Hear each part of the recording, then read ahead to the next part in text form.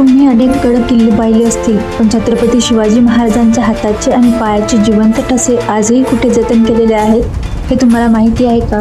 जिथे साक्षात शिवछत्रपतींचं अस्तित्व जाणवतो तो म्हणजे दुर्गराज सिंधुदुर्ग. 1664 जेव्हा या किल्ल्याचा पाया घातला गेला तेव्हा महाराजांनी एक अजब शक्कल लढवली. समुद्राच्या लाटांनी पाया खचू नये म्हणून तब्बल 5 खंडी म्हणजेच 75,000 किलो शिसे पायात ओतले गेले. 400 वर्षे उलटली पण हा पाया आजही तसूभरही हललेला नाही. याच किल्ल्यावर महाराजांच्या हाताचे आणि पायाचे ठसे आजही जतन केले आहेत. स्वराज्याच्या या राजाने आपल्या हाताने आणि पावलांनी या मातीला दिलेला हा स्पर्श प्रत्येक शिवभक्तासाठी एक तीर्थक्षेत्रापेक्षा कमी नाही. सिंधुदुर्गाचं सर्वात मोठं वैशिष्ट्य म्हणजे इथे छत्रपतींचे जगातील पहिले मंदिर आहे. इसवी सन 1695 राजाराम महाराजांनी हे शिवराजेश्वर मंदिर बांधले, जिथे देवतांसोबतच एका लोककल्याणकारी राजाचा आदर होतो. अशा या दुर्गराज सिंधुदुर्गाचा इतिहास प्रत्येक भारतीयांपर्यंत पोहोचवायला हवा. ही माहिती तुम्हाला कशी वाटली? कमेंट्समध्ये जय शिवराय लिहून नक्की सांगा.